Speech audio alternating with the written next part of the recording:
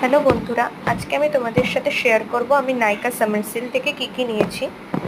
এখানে অনেকগুলো বক্স আছে, যার মধ্যে ফার্স্ট বক্সটাতেই রয়েছে দুটো প্রোডাক্ট।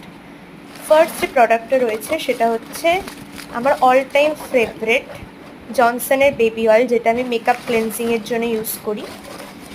আর তারপরে প্রোডাক্টটাই হচ্ছে প্লামের রোজ ওয়াটার টোনার।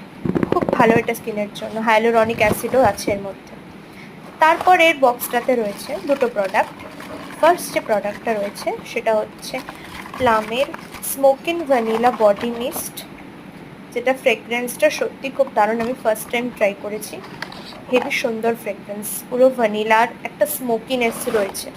আর তার যে পরে যে আমাদের সব থেকে ফেভারেট যে ফ্রেগরেন্সটা হয় প্লামের, হাওয়াইন রুম্বা ফ্রেগরেন্স, সেইটার আমি এর আগে ইডিপি ট্রাই করেছিলাম ছোট বটলে, সেটা আমার ভালো লাগে, আমি বড় পারচেস করেছি এবার। খুব ভালো ফ্রেগরেন্স। আর তারপরের বক্সটাতেই রয়েছে ফিবি, যেটা আমি ফ্রিতে পেয়েছি। এই তিনটের কিট একটা ট্রায়ো, ভ্যানিলা ট্রায়ো, যেটার মধ্যে তিনটে প্রোডাক্ট আছে মিনি।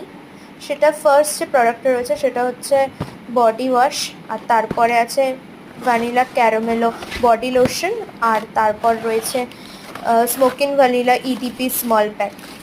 তারপরে বক্সটাতে রয়েছে আমার হোলি গ্রেল, সেটা হচ্ছে জনসনের বডি লোশন।